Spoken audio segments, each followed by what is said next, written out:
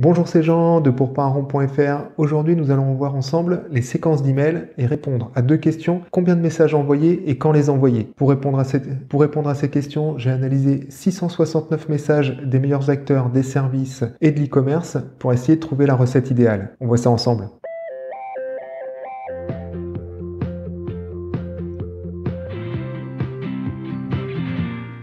Les emails d'une séquence s'ajoutent à ceux que toi tu vas envoyer de manière standard au fil de l'eau. Donc ça peut être une bonne idée de retarder l'envoi des emails standards à la fin de ta séquence. On va par exemple voir dans cet exemple d'October que sur le nombre de messages reçus par un abonné, tu en as vraiment qu'une petite fraction qui font partie de la séquence.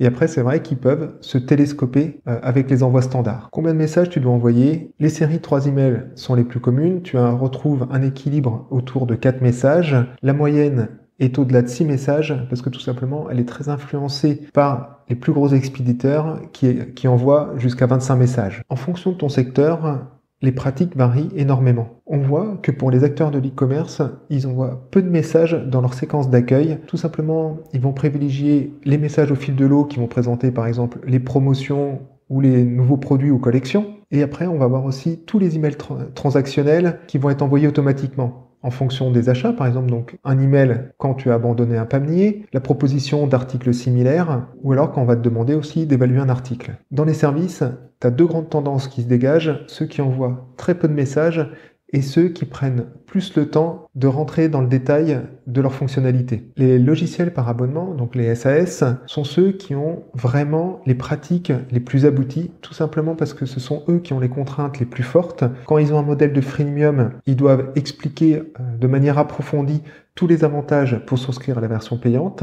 Et pour les abonnés payants, ils doivent aussi avoir le maximum d'usage de leur service pour que les personnes se réabonnent. Quel est le bon rythme d'envoi? On voit que la fréquence d'envoi des messages se ralentit au fur et à mesure des envois. On va retrouver à peu près les rythmes d'envoi suivants. Dès que l'email est validé, le premier message est envoyé. On va avoir le second message 2 ou 3 jours plus tard. Pour les messages entre 3 et 8, tu vas avoir 4-5 jours d'intervalle. Entre 9 et 15, ça va être entre 7 et 8 jours d'attente entre chaque message. Et au-delà, ça sera entre 10 et 15 jours. Une séquence moyenne de 10 messages va s'étaler ainsi sur 2 mois, avec à peu près un message envoyé toutes les semaines. Si tu as aimé cette vidéo, n'hésite pas à liker, à t'abonner à la chaîne et à commenter. Je te dis à bientôt.